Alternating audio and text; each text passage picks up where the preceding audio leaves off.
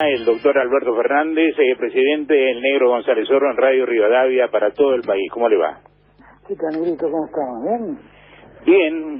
Bien preocupado por una serie de razones, porque la gente, hemos cambiado el programa desde que empezó esta pandemia, desde que empezó el aislamiento, hemos cambiado el programa y tratamos de darle respuestas a la gente que llama, créame, en forma masiva a la radio para que evacuar consultas respecto a los 10.000, a los 3.000, a los 1.600, a los bolsones de comida. A mí me parece que todo lo que se hizo desde el gobierno, presidente, está bien, es de buena fe, es tratar de ayudar a la mayor cantidad de gente posible, pero me parece que el Estado, no el gobierno, el Estado durante muchos años no invirtió en tecnología y las páginas colapsan, las páginas del ANSES, del PAMI, hasta páginas de bancos privados, de bancos grandes han colapsado y la gente tiene que hacer, perder tiempo, ir a hacer colas. Me parece que la intención es maravillosa. Ahora, no se invirtió en los últimos años en tecnología que nos permita atender a la gente mediante internet, etcétera, etcétera. Y sí, Oscar, lamentablemente todo eso ha pasado, ¿no? Pero yo siempre digo que odio volver a hablar de pasado, porque en verdad lo que tenemos que resolver son los problemas del hoy. Y para la gente no es mucho consuelo que yo le cuente que lamentablemente muchas de esas cosas pasan por el estado en el que recibimos al país. Pero déjeme solamente hacer un comentario para que entiendan.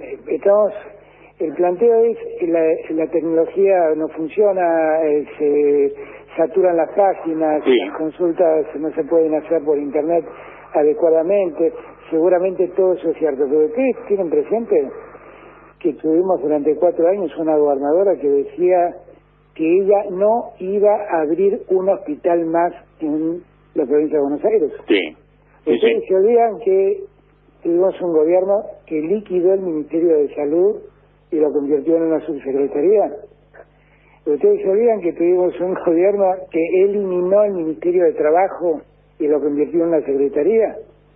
Digo, todo eso fue un proceso de degradación del Estado enorme, donde lo informático es solo una parte. Mucho más grave, Oscar, yo he ido a ver los hospitales que estaban hechos en diciembre del año 2015 en Esteban Echeverría o en La Matanza. Y por una decisión de una gobernadora nunca se inauguraron y tuvimos nosotros que ir corriendo a ponerlos en marcha en 2 o 3 meses. Y explíquenme por qué nunca los inauguraron. ¿Qué pensaron? ¿Que la gente no los necesitaba? Bueno, este fue un problema que tuvimos y es un problema contra el que luchamos, claramente. Hay un segundo problema que también hay que... Esto ya como sociedad, ¿no? Nosotros, por ejemplo, tenemos el ingreso familiar de emergencia, el IFE. El IFE es un ingreso que nosotros dispusimos darle a todas las personas que no reciben nada. O sea, las primeras 2 categorías de monotributistas, las más bajas categorías de monotributistas, las personas que no reciben ningún plan, por ejemplo, que no tienen plan y si lo están necesitando. Bueno, no sabe lo dificultoso que es identificar a esa gente, porque esa gente está fuera del sistema económico argentino. ¿Pero por qué la base de datos no estaba actualizada, presidente? Porque esa gente no trabaja, no está registrada en ningún lado. Trabaja, si trabaja lo hace en negro. Muchos son gente que hace changas, trabajadores independientes, que nunca se registraron como autónomos. Muchos son estudiantes que hacen algún trabajo ocasional por ahí atendiendo un bar o atendiendo en un restaurante y no están registrados. Hay una millonada de personas que están fuera del sistema y que detectarlos cuesta muchísimo. Créame que es así. Hoy a la mañana hablábamos con Juan Grabois y hablábamos de la cantidad de gente indocumentada que hay en la Argentina. O sea, acá empiezo a hablar de gente, no hay gente que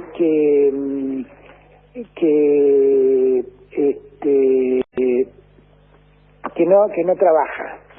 Hay gente que ni siquiera tiene documentos.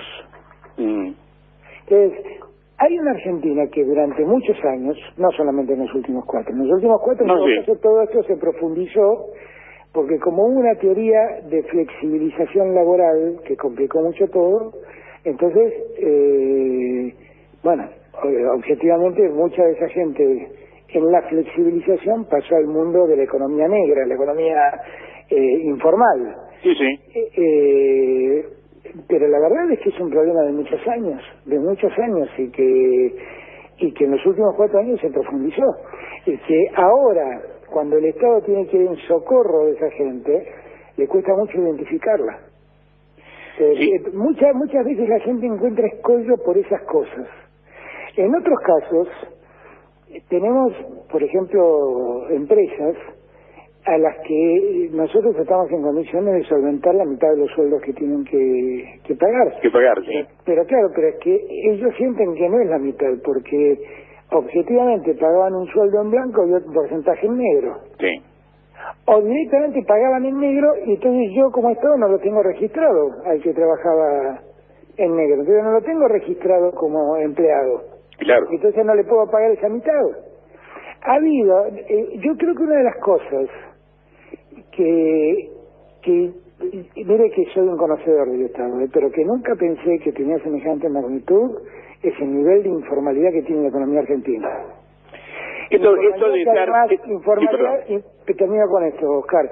Informalidad que además se ve potenciada por los que evitan pagar impuestos y entonces ocultan sus actividades para no tener que pagar impuestos. Es una mezcla espantosa, ¿no? Que cuando el Estado en situaciones como esta intenta detectar dónde está la gente, le cuesta mucho. Tengo frente a mí una encuesta de analogías, investigación y estrategia, donde surge, entre otras cosas, que su imagen positiva respecto a su actuación en esta pandemia es del 89%, pero también preguntan a la gente, a un montón de gente a lo largo de la República Argentina, si tiene el apoyo del empresariado, y el 71% responde que no, que el empresariado no lo estaría ayudando, no estaría colaborando como tiene que hacerlo. Yo la verdad no sería tan injusto con el empresariado, porque es como en todos lados, hay de todo. Hay algunos que son más mezquinos y otros que son muy generosos y muy solidarios. Sí. Yo he visto mucha gente, miren, los test serológicos que se están haciendo en las estaciones de trenes para ver si hay gente ya inmunizada, todos esos test fueron donados por empresas privadas, sí, que además pidieron hacerlo en el más absoluto anonimato. El otro día en General Rodríguez vinieron a visitarme, construyeron un hospital urgente, todos los empresarios de General Rodríguez. Yo creo que hay un empresariado que está muy consciente de la situación y que es infinitamente solidario, y hay otro empresariado que especula, como siempre nos ha pasado. Sí, sí. Ahora, está claro que cuando uno lee una declaración de las más grandes empresas argentinas reclamándole a la Argentina que no caiga en default y que acepte cualquier cosa, bueno, la gente tiene esa percepción, dice, bueno, pero estos empresarios ¿para quién juegan? Entonces entiendo que lo vean así, pero a mí no me gusta mezclarlo. Yo alguna vez tuve un comentario sobre una empresa que había despedido gente y enseguida todos cargaron las tintas sobre como que mis palabras era una enorme crítica al empresario. No, era una crítica a una empresa. Sí. Y la verdad yo no soy amigo de generalizar. Ahora, yo creo que la gente percibe eso, yo no vi esa encuesta, pero me parece que percibe eso, porque la gente ve que, por ejemplo, hay empresarios muy importantes que parecen enfrentarlo al gobierno cuando hacen declaraciones, por ejemplo, sobre el tema de la deuda. Sí. Y le piden al gobierno que ceda y que no deje que la Argentina caiga en default. Y luego hay todo un discurso detrás de eso que dice más o menos que el gobierno se banque lo que piden los acreedores y pague sin decir A. Y esa percepción le hace sentir a la gente que los empresarios no ayudan. Y efectivamente, cuando dicen esas cosas, no ayudan. Presidente, apoyo a su capacidad de profesor, a su calidad de profesor de Derecho en la Universidad de Buenos Aires, para que le explique a la gente detalladamente y lo más claro posible El gobierno nacional entre abril y junio va a inyectar 1.7 billones de la economía para aliviar el impacto económico de la pandemia, pero sin tener acceso al crédito internacional, digo. ¿Cómo se podrá conseguir este dinero sin provocar un salto inflacionario? Bueno, primero nosotros tenemos mecanismos para controlar cómo ese dinero circula entre nosotros. Sí. Y en eso estamos trabajando mucho con Martín Guzmán. Bien. Lo que tenemos que entender es que estamos en una situación, Oscar, absolutamente excepcional. Sí, sí. Nunca la Argentina vivió esto, nunca el mundo vivió esto.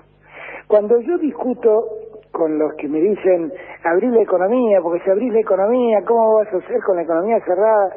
Y yo le digo, pero miren, los que abrieron la economía no les fue bien. No. Pero no solo no les fue, los que abrieron la economía no les fue bien, no solo porque no hicieron la cuarentena y se les murió mucha gente, sino porque además tampoco les fue bien económicamente. Porque el problema que existe en la economía es un problema mundial.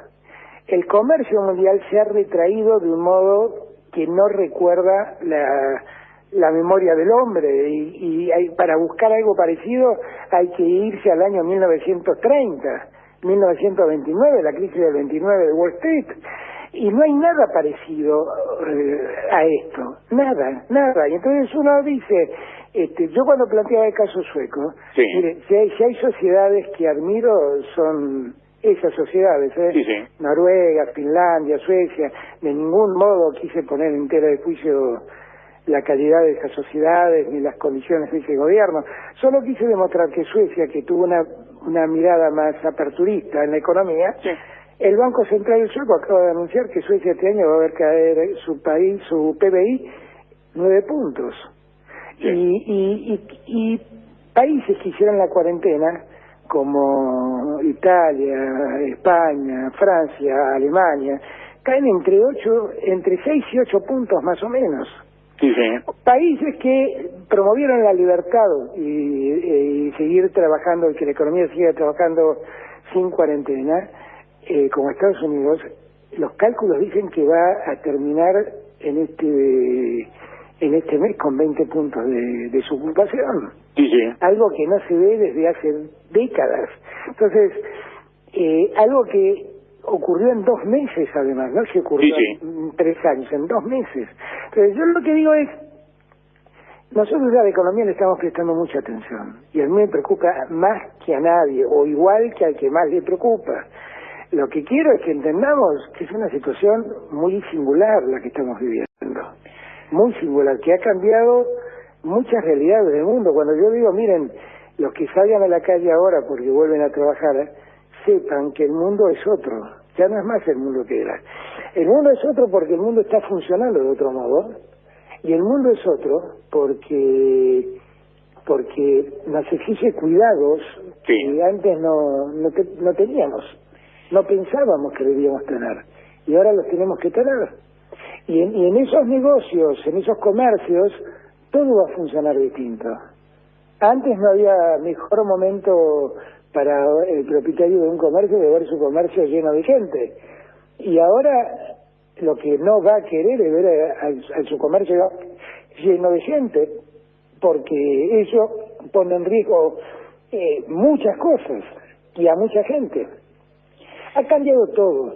Hay que entenderlo, Oscar, y hay que ser paciente. Y vamos a salir entre todos con racionalidad y con sentido común.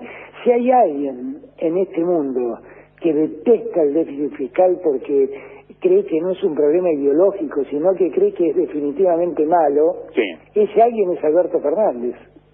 Ahora, lo que no puedo hacer es que me pidan que ayude a las pymes, que ayude a los sectores más postergados, que pague la deuda y que además tenga superávit fiscal. Pónganse de acuerdo, todo eso no se puede hacer.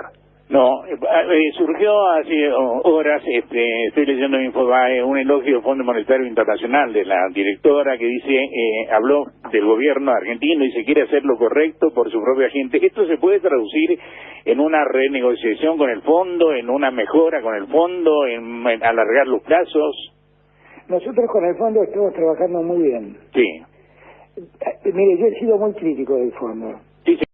Y la sensación que yo tengo es que hoy tiene el fondo una conducción técnica y razonable. O sea, no son dogmáticos. Son gente que lee con sentido común la economía. Y entonces a partir de allí verifica lo posible y lo no posible. Yo valoro mucho esas expresiones de la directora ejecutiva del fondo, porque creo que efectivamente nosotros hemos tomado con seriedad el tema, y lo que el fondo le está pidiendo a los acreedores es: miren, señores, presten atención, porque el gobierno argentino está trabajando seriamente. Sí, sí. Lo que no era serio era que ustedes le presten a un gobierno que nunca les iba a poder pagar, y ustedes sabían que nunca le iban a poder pagar. Eso es lo que no era serio. Yo valoro mucho lo que dijo hoy la directora ejecutiva del fondo, Cristalina Georgieva, porque la verdad es un llamado de atención a los acreedores. Los que piensan que nosotros no queremos negociar se equivocan. Lo que nosotros no queremos es comprometer a la Argentina en una deuda que no pueda pagar. Oscar, mientras yo fui candidato a presidente, que muchos fondos vislumbraban que yo podía ser presidente, muchos de esos fondos vinieron a verme. La propuesta de todos ellos era: durante sus 4 años de mandato no vamos a cobrar nada, después empiezan a pagarnos. Y yo pensaba para mí, cada vez que se iban a ir, decía: pero estos tipos piensan que yo me voy a salvar yo como presidente y le voy a dejar el problema al que viene. Yo eso no lo voy a hacer. Y entonces cuando hablamos con Martín, yo le conté a Martín esta historia. Sí, sí. Le dije: vos tenés que encontrar una solución, no que sea sostenible para Alberto Fernández y su gobierno, que sea sostenible para la Argentina. Para que el que venga después de Alberto Fernández no tenga que soportar lo que Alberto Fernández soporta hoy. Y esa es nuestra propuesta, y esa es la seriedad que destaca Cristalina Georgieva. Así es.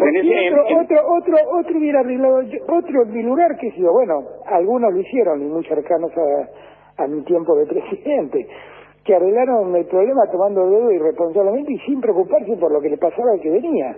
No, claro. En ese sentido, presidente, ¿está pensando en mejorar la oferta a aquellos que en algún momento creyeron de vuelta en Argentina a pesar de nuestra historia y compraron bonos de nuestra deuda? Nosotros hemos hecho una oferta. Esa es la oferta que podemos hacer. Si hay una contraoferta, cuéntenmela, porque no la conozco. Y si veo que hay una contraoferta razonable, no tengo ningún empacho en verla. Pero por favor, hemos hecho una oferta, y lo que tenemos hasta ahora es silencio. Seguimos dialogando, no es que seguimos dialogando y seguimos negociando, pero por favor hagan una contraoferta, y después a partir de eso veremos de qué se trata. Mientras no haya contraoferta, no va a haber modificación de nuestra oferta. La decisión es no defaultear, concretamente. El deseo es no defaultear. La decisión es pagar lo que la Argentina, es comprometerse en la medida de lo que la Argentina puede pagar, sin que ese costo signifique más postergación para el pueblo. Porque este es el compromiso. Yo soy solo un mandatario. Sí. Mandatario es el que cumple órdenes de otro, que es el que lo manda. A mí me manda el pueblo. Y yo hice campaña diciéndole al pueblo que iba a hacer lo necesario para que la deuda no se pague a costa de más hambre de los argentinos. Esta vez no la pagan los jubilados, esta vez no lo pagan los sectores más postergados, esta vez no lo paga el productor pyme. Por lo tanto, vamos a pagar en la medida de lo que podemos pagar, y en esos términos nos vamos a comprometer. Lo que los acreedores deberían saber es que la oferta que estamos haciendo, primero, no significa una pérdida para ellos, significa que ganen menos. Sí. Y lo que deberían es estar tranquilos, porque lo que estamos ofreciendo vamos a poder cumplirlo, que es lo que debería preocuparles. Usted me conoce, presidente, y sabe que no soy economista ni lo quiero ser, pero me preguntaba esta mañana si tiene alguna lógica de voltear aquellos bonos del 2005 y del 2010, deuda emitida por Néstor y Cristina, creo. Y lamentablemente es que están dentro del paquete, porque esa deuda, si el país no se hubiera endeudado como se endeudó en el último año y medio, seguramente se podría pagar sin ningún problema. Esa deuda entró en crisis, que el país se endeudó en el gobierno anterior. Sí. Y sí, yo entiendo que el enojo de esa gente, porque esa gente ya confió una vez en nosotros. Y sí. Y sí, bueno, pero la verdad es que el por qué ellos no están cobrando no es porque aquellos bonos fueron emitidos irresponsablemente, es porque la Argentina, después de eso, se endeudó de una manera que nadie esperaba que se endeude. Eso fue lo que pasó. Hay tanto tema, presidente, que tiene que resolver, que a veces yo me pongo en el trato de ponerme en sus zapatos y le decía el otro día a un amigo, yo soy un fanático de la cuarentena, créame que ha logrado que yo hace 50 y pico de días esté en mi casa, en este momento estoy hablando con usted, seguramente usted está en Olivos, yo estoy en mi casa, no salgo, hace 50 y pico de días que no piso la vereda, pero digo, hay argentinos que quedaron fuera de nuestro territorio por la cuarentena. Si ellos con sus recursos se pagan el regreso, ¿por qué no lo dejamos entrar al país? No, sí, nosotros no tenemos ninguna prohibición en ese sentido. Lo que pasa, Oscar, miren, nosotros trajimos al 90% de los que habían viajado y querían volver y no podían. Hemos traído a casi todos. ¿Quiénes nos quedaron? Nos quedaron gente que por un problema de líneas aéreas no es fácil llegar, qué sé yo, alguien que está en la Polinesia. Sí, o Tailandia. O Tailandia, es una complicación ir a buscarla, o alguien que está en la India, es una complicación porque no tenemos vuelos a esos lugares. Y siempre les recomendamos a ellos que vayan a un aeropuerto de Europa donde Aerolíneas pudiera buscarlos. Ahora, Aerolíneas ahora está haciendo un enorme esfuerzo para traer insumos de China para garantizar la atención de los que se enferman por coronavirus. Y entonces el avión más grande que tiene Aerolíneas, que es el Airbus, está siendo utilizado para esos vuelos. Con un enorme esfuerzo que yo voy a agradecerle siempre a los pilotos y a la tripulación de Aerolíneas, porque es increíble cómo ellos se esfuerzan con la garra que le ponen a todo eso. Ahora, ¿quiénes son los que ahora están pidiendo volver? Digo para que también la gente entienda. Son argentinos que fueron a probar suerte al exterior, que se han encontrado con que en el exterior todo estalló, y ahora quieren volver a la Argentina. Y yo los entiendo, y bienvenido de vuelta, su hogar siempre lo será. Pero hay gente que uno ya tenía pensado que se había ido de la Argentina. ¿Se entiende? No, ya no son los que se fueron de viaje. Es gente que planean un viaje de mucho tiempo o que fueron a radicarse a lugares donde hoy no tienen trabajo y les cuesta quedarse. Y en la medida que nosotros podamos despachar vuelos, encantado. Hay casos, por ejemplo, había gente en Perú. En Machu Picchu. En Machu Picchu, en el norte de Perú, en Lima mismo, en Cusco. ¿Y qué pasaba con esa gente? Era gente que casi la mayoría de ellos era gente. Lima es un centro de distribución, de como Miami. Que uno va a Miami y de ahí viaja a Centroamérica. Bueno, de conexión, etcétera. Exactamente, es un aeropuerto de conexión.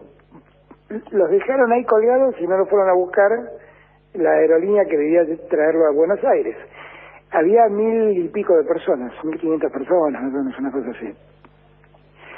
Perú cerró los aeropuertos, no dejaba bajar aviones comerciales. Tuvimos que terminar trayéndolos en aviones Hércules, bajando en aeropuertos militares.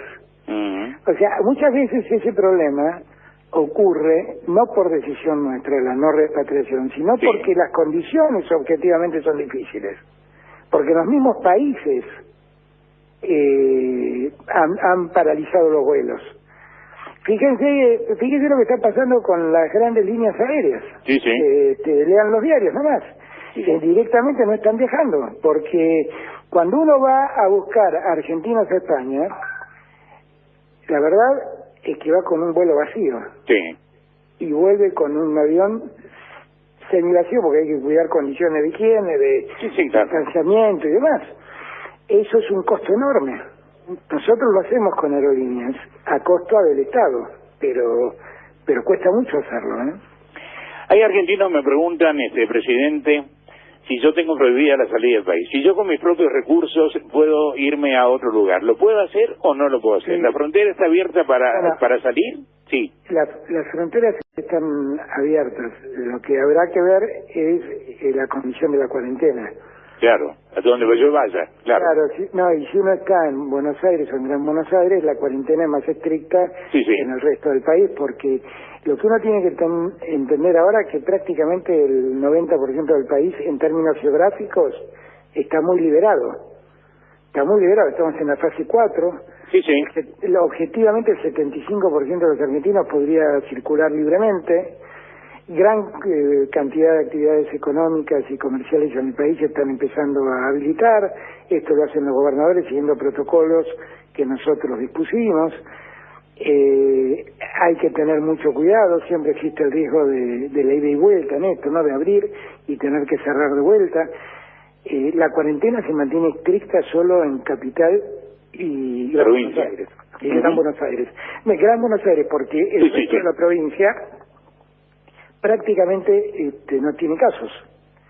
Fíjese el caso de Mar del Plata, que es un aglomerado urbano de más de 500.000 habitantes, y sin embargo está liberado porque hace mucho tiempo que no tiene casos. Sí, está liberado, pero recién veía imágenes, presidente, de Mar del Plata, donde Montenegro va a tener que dar un paso atrás porque la peatonal, créame que era un día de enero en plenas vacaciones. Claro, eso es un error enorme de la gente. Por eso yo cuando hablé la vez pasada le expliqué mucho a los argentinos que para que esto funcione uno tiene que tener una dosis de responsabilidad muy alta.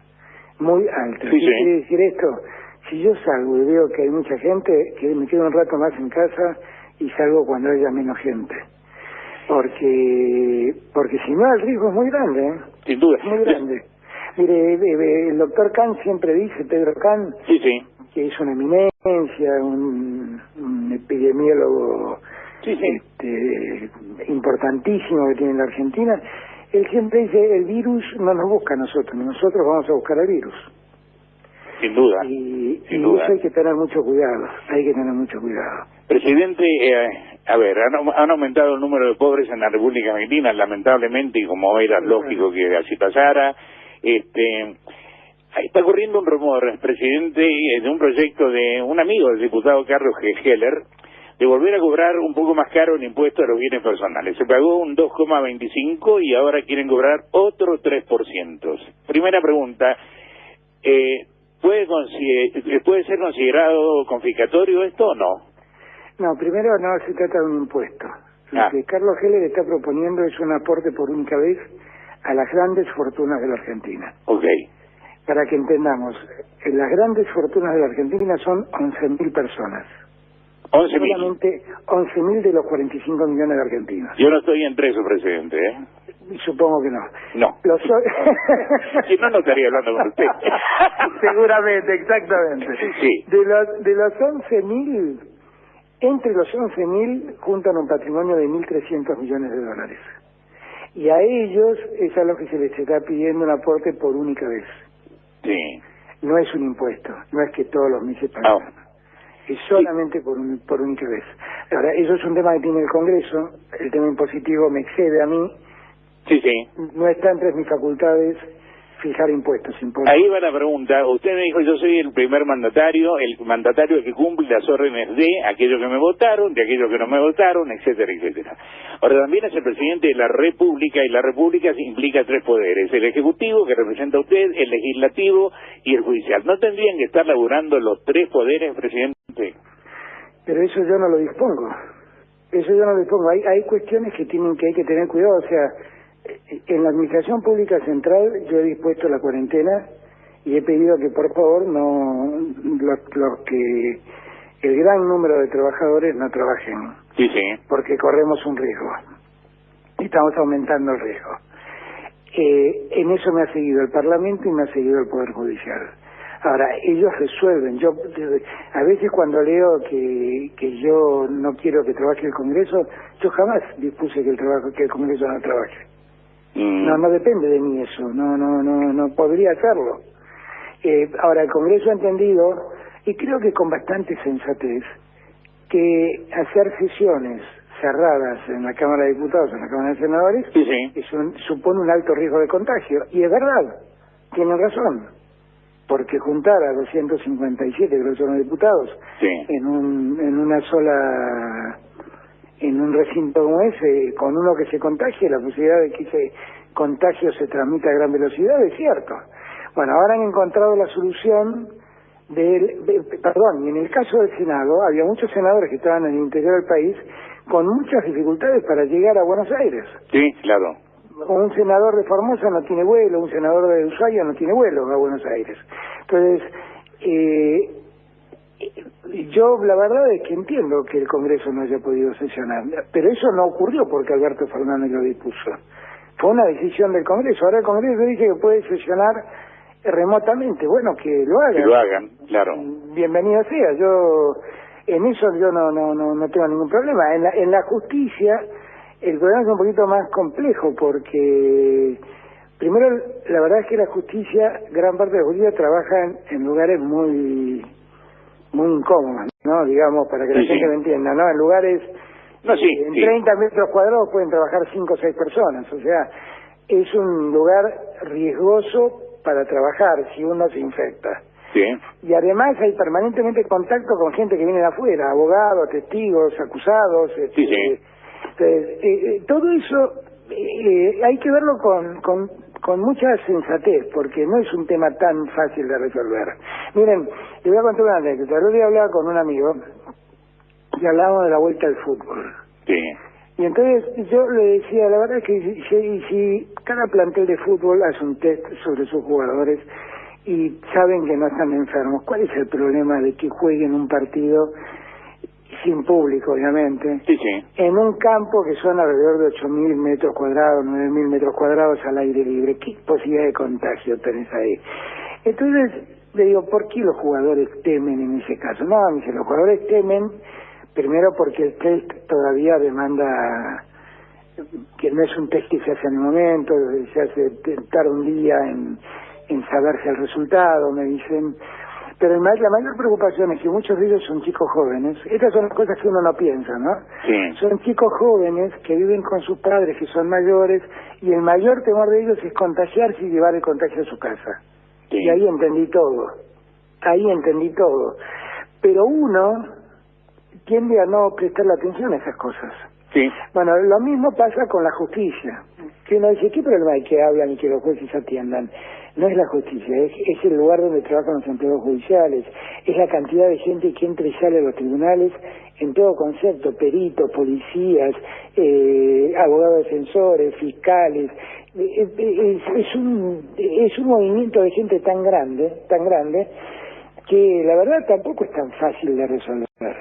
Ahora, en el caso del Congreso, para que no quepa ninguna duda, porque vi escribir algunas cosas en Twitter, yo jamás dispuse que el Congreso no funcione, para nada. Es una decisión que tomó el Congreso y que ahora está tratando de funcionar. Presidente, debo preguntárselo porque fue motivo de conversación en esta radio a través de los oyentes y todo lo demás durante 2 semanas. ¿Cómo vivió usted esta liberación indiscriminada de presos?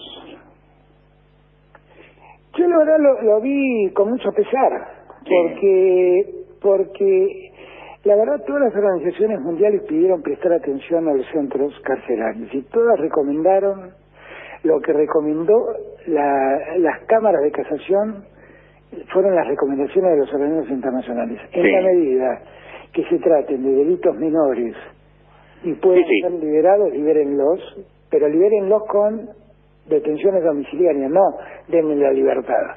La verdad es que eso es lo que tienen que hacer los jueces.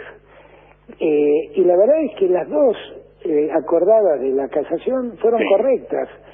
Después no sé cómo lo implementaron, porque después escucho decir que liberaron gente con condenas por delitos muy graves. Por violación, por ejemplo, claro. Bueno, si eso ha ocurrido está mal, pero tengo que decir, con toda honestidad, no es lo que decía el protocolo de la acordada de la casación. Ahora, un hombre muy cercano a usted, presidente, Sergio Massa, dijo que algunos jueces hicieron el veranito de comprobarse esto, de que coimearon concretamente. Van a juicio político, me imagino. Yo no sé por qué dijo eso Sergio, pero si algo así ocurrió es de una gravedad enorme, obviamente. Sí. Si usted me pregunta si un juez libera a alguien porque le pagaron, es un delito gravísimo eso. Sí, claro. Yo no sé por qué lo dijo Sergio, pero yo no me animaría a decir eso porque no me consta, pero si ocurrió es gravísimo. Presidente, muchos celebran el equipo de asesores sanitarios que usted tiene, y muchos desearían un equipo parecido en economía. ¿Está pensando en algo por el estilo? ¿Está agregando gente? ¿Está conforme con lo que tiene? Yo trabajo muy bien con Martín Guzmán, con Matías Curva, con Miguel Pelle, con Mercedes Marco del Pont, trabajo muy bien con todos ellos. Sí, sí. Pero hay una diferencia cada vez que dicen estas cosas. Mire, y entiéndase bien que yo hago política, con lo cual no tengo un problema con la ideología. Sí, sí. Los médicos, puede cada uno pensar como quiera, pero la única obsesión que tiene es salvar la vida de la gente. Y para ello salvar la vida de la gente es un protocolo médico que hay que respetar. Los economistas tienen ideología y tienen sus propios dogmas. Y sí. Es muy difícil poner de acuerdo a tres economistas. Imposible. Entonces, la verdad lo único que lograrían es confundirme.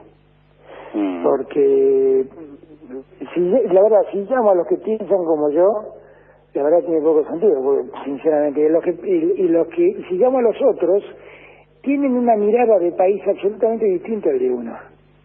¿Para qué eso? La verdad es que no existe un comité de expertos en economía con la asepsia que tiene un comité de expertos en materia médica. Sí.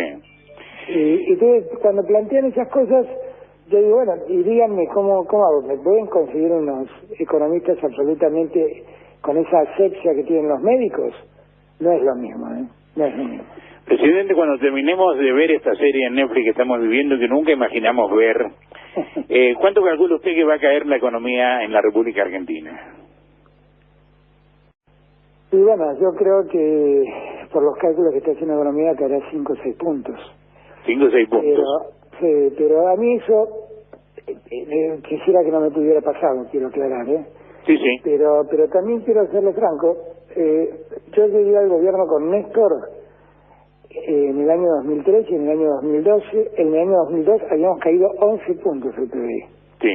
Y lo pudimos recuperar. Yo lo que creo es que necesitamos pasar esta pesadilla de la pandemia y rápidamente volver a poner todo en marcha para que todo empiece a funcionar.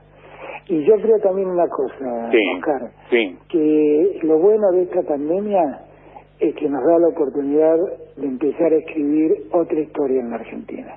Escribir otra historia en la Argentina es hacer un mejor país, con más solidaridad, con más igualdad, con un mejor Estado, con un Estado más eficiente, con un Estado más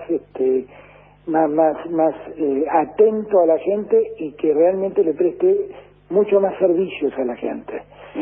Yo creo que todo eso lo podemos hacer y es el esfuerzo que tenemos que hacer. Y también con la posibilidad de conseguir inversión privada, que genere empleo, terminar el tiempo de la especulación y pasar al tiempo de la producción. Todo eso lo vamos a poder construir y está en nosotros hacerlo. Presidente, hoy el dólar llegó a 127 pesos en el mercado paralelo, por supuesto, y el contado con líquido a 121,20. ¿El contado con líquido significa que se siguen fugando capitales en la República Argentina aún estando en pandemia? Yo no sé si se terminan fugando, porque por ahí muchos de esos dólares después vuelven a la Argentina. No sé exactamente eso cómo está funcionando.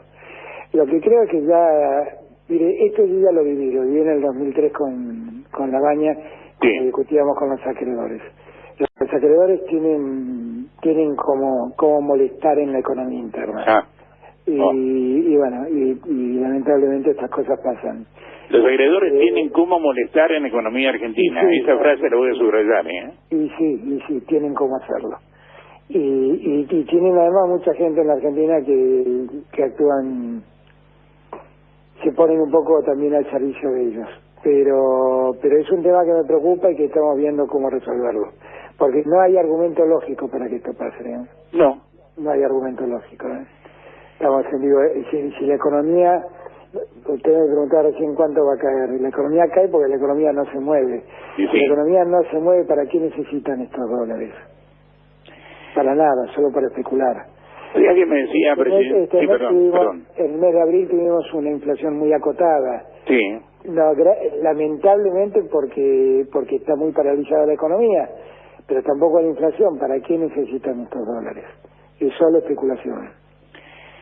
Pero sí, alguien me dijo esta mañana que no será el momento de darle pelota al campo, manija al campo, empezar a producir con todo lo que tenemos. Claro, pero hay que darle mucho, no, si el campo, yo siempre digo lo mismo, el campo tiene que ser nuestro principal aliado, Sí, sí. Es el que trae divisas, así que tenemos que ayudarlo. Ahora, también en el mundo hay una retracción en la economía también para la producción primaria del campo. Sí. Pero claro, no, el campo no es mi enemigo, el campo tiene que ser un socio central de la Argentina que viene, definitivamente. Lo están escuchando en todo el país, están levantando la nota, presidente, porque tenemos una enorme cantidad de repetidoras en toda la Argentina. Me gustaría que le pida de vuelta a la gente que respete la cuarentena. Si el gobernador ha decidido lo contrario, bueno, el problema del gobernador. En todo caso, si se equivocó, va a pagar las consecuencias. Estamos descubriendo que, un tema que sacamos nosotros al aire, que fue que en la 31 no había casos, y me llamó la atención, mandamos a averiguar, sacamos un habitante de la villa, hoy hay 100 y pico de contagiados, ya hay un par de muertos, acaban de cerrar un albergue donde duerme la gente en situación de calle con 19 casos positivos. ¿Se están relajando los sistemas o se sigue actuando de la misma manera? No, primer punto, yo creo que no hay que tomar el caso de Buenos Aires y Gran Buenos Aires y no hay que asimilarlo al resto del país, porque son realidades muy distintas. Sí. En el interior del país yo estoy muy contento con la actitud que han tenido todos los gobernadores, quiero ser franco, de todos los signos políticos. Han actuado con mucha responsabilidad y con mucha madurez. Sí, sí. Y algunos inclusive siguen siendo, mire lo que le voy a decir, por momentos excesivamente restrictivos, porque la verdad podrían ser más abiertos y podrían abrir más, y sin embargo prefieren ser conservadores y cuidar que la apertura sea más lenta. Y yo los respeto mucho porque ellos conocen sus provincias. Yo estoy absolutamente agradecido con el trabajo de los gobernadores. Lo que pasa en la ciudad de Buenos Aires, fundamentalmente, es que los barrios pobres los barrios populares, los barrios de emergencia que hay en la ciudad de Buenos Aires, tienen un nivel de hacinamiento tan grande que la velocidad de contagio es impresionante. Es razonable pensar que si uno se contagia ahí, Sí. se expanda a mucha velocidad de contagio. ¿Qué estoy viendo? Estoy viendo que el jefe de gobierno está actuando y el ministro de Salud de la ciudad está actuando muchísimo, con mucha responsabilidad, tratando de ir en esos casos, focalizarlos, sacar a la gente que tuvo contacto con los que se infectaron, haciendo muchos test sobre esa gente. Ahora, es razonable pensar que vamos a tener más casos y que en esos barrios la propagación de la pandemia es mucho más alta que en un barrio cualquiera de Buenos Aires o de cualquier lugar del país, donde hay distancia entre las casas, donde hay calles asfaltadas, donde se puede hacer cuarentena más cómodamente. Entonces, por eso digo, hay que preocuparse y ocuparse de lo que está pasando. Yo lo que le pido a la gente es que entienda que el problema no lo hemos superado. No. El problema está transcurriendo y que lo que estamos logrando es evitar que el contagio sea muy rápido. Y si quieren ver cuán rápido puede ser el contagio, miren los casos que usted acaba de mencionar, Oscar. El caso de las villas de emergencia en la ciudad de Buenos Aires o el caso de ese refugio. O sea, la velocidad de contagio es asombrosa. Lo que nosotros debemos evitar es eso. Por eso cualquiera que tenga un síntoma vaya inmediatamente al hospital más cercano, hágase ver, si aíslese, no traten de no contagiar al de al lado.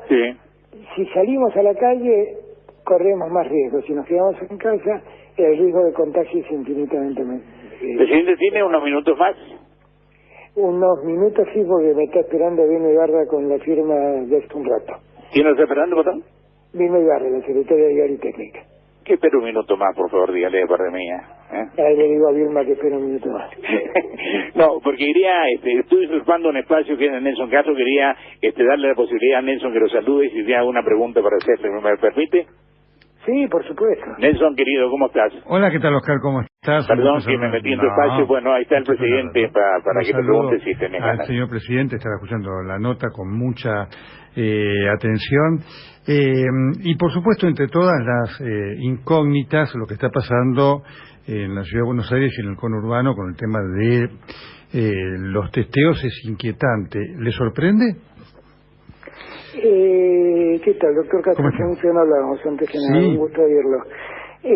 No, la verdad es que no me sorprende, porque esto pasa ¿Cuántas veces me escucharon decir que el mayor problema que tenemos con este virus es la velocidad de transmisión que tiene? Hace 2 meses vengo repitiendo esto. Sí. Bueno, finalmente ocurrió. En algún lugar iba a ocurrir, ocurrió en la ciudad de Buenos Aires, en estos barrios o en lugares como en algún geriátrico se vio algo parecido, en los refugios se está viendo ahora. Tenemos que ser muy cuidadosos y por eso yo le pido a todos que entiendan que el problema no está superado. El problema no está superado. ¿Lo estamos llevando bien? Sí, lo estamos llevando bien. ¿El riesgo desapareció? No, el riesgo no desapareció. Entonces tenemos que ser muy cuidadosos. Usted, doctor Castro, que es médico, de esto entiende mucho más que yo, pero sí. lo que yo estoy viendo es que ocurrió lo que teníamos que podía ocurrir, que en un barrio humilde, donde la gente vive muy hacinada, hay una densidad demográfica muy grande, mucha gente en muy poco espacio, esto podía ocurrir, ocurrió. Sí, Ahora, ocurrió. pero también entendamos algunas cosas también para que no sea todo intranquilidad. La Argentina sigue teniendo objetivamente pocos casos de contagios, y la tasa de letalidad, que es la proporción de gente que fallece en relación a los contagiados, está en el promedio del mundo, el 5%. 317 fallecidos el día de hoy, 6.278 casos contagiados. Exactamente. Hay que entender, ahí hay que sumarles los curados, ¿no? 1862. Exactamente. Más o menos es el 5% de la gente que se contagió, se haya curado o esté en tratamiento. ¿Quiénes son básicamente los que fallecen? La gente que es mayor de 65 años. El promedio de fallecimiento está en 72 años, creo, hoy en día. Y esos son los que más debemos cuidar.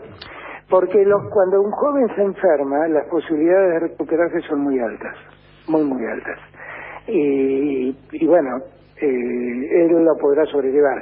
Lo que se nos complica es cuando se contagian adultos mayores. Claro, lo marcaba esto porque una cosa, así como están ocurriendo los testeos en los barrios de emergencia de la Ciudad de Buenos Aires, están faltando en el conurbano. ¿Usted entiende que esto va a ocurrir, se van a empezar a producir con pero en el conurbano, doctor, objetivamente no ha habido manifestaciones de la enfermedad. Del modo en que se han manifestado, porque ¿cómo empiezan los testeos en la...? Bueno, porque empiezan los casos, pero efectivamente, claro, de todas maneras es un lugar de riesgo, claramente hay una necesidad de ver qué está pasando ahí también, ¿no? No, pero es que en todos lados se están haciendo testeos. ¿no? Pero digo testeos diagnósticos, porque usted vio, no me estoy refiriendo al testeo rápido. Exactamente, al PCR, digo, porque obviamente hay una intercomunicación que, a la luz de lo que está pasando en los barrios de Buenos Aires, fíjese que lo que sucedió en la Villa 31 tiene explicación con la vecindad de mucha gente que trabaja en lugares donde vive gente que vino de afuera, pero en la 1114 no, por eso lo preguntaba esto, ¿no? Bien. No, pero en la provincia también se están haciendo esos test de PCR, se están haciendo al azar para ver potenciales infecciones, y se están haciendo, eso es así. Lo que pasa es que también es verdad que los llamados barrios pobres del Gran Buenos Aires son barrios, ya no están en condición de hacinamiento que están los barrios de emergencia en Buenos Aires. Son barrios, entonces tienen más espacio y hay calles y hay otro tipo de condiciones que permiten primero cumplir mejor la cuarentena y segundo tener más distancia entre las personas en riesgo. Presidente, para liberarlo, mientras dure la pandemia, mientras tengamos problemas, los problemas que tenemos, el Estado va a estar presente, va a seguir ayudando a los que más necesiten, a los discapacitados, a los jubilados, a los que no tienen comida, ¿va a seguir? Absolutamente. Nosotros queremos ir poco a poco recuperando la normalidad, pero sin crear un mayor riesgo para la salud de la gente. Y nosotros vamos a seguir apoyando a todos para hacer más llevadero esto. Está claro que la vida de todos se ha trastocado. Sí, sí. Esto es innegable, ¿eh? Y todos se nos ha convertido en un padecimiento todo esto. Pero nosotros vamos a estar presentes acompañando, eso que nadie dude. Presidente, como siempre, muy gentil, muy amable, me donó gran parte de esta casi 45 minutos. Yo le agradezco en nombre de la gente, fundamentalmente, que necesitaba escuchar su voz en Rivadavia. No, gracias, Oscar, un abrazo muy grande y otro abrazo muy grande al doctor Castro. Que esté muy bien, presidente. Gracias, presidente, muy amable, Gracias.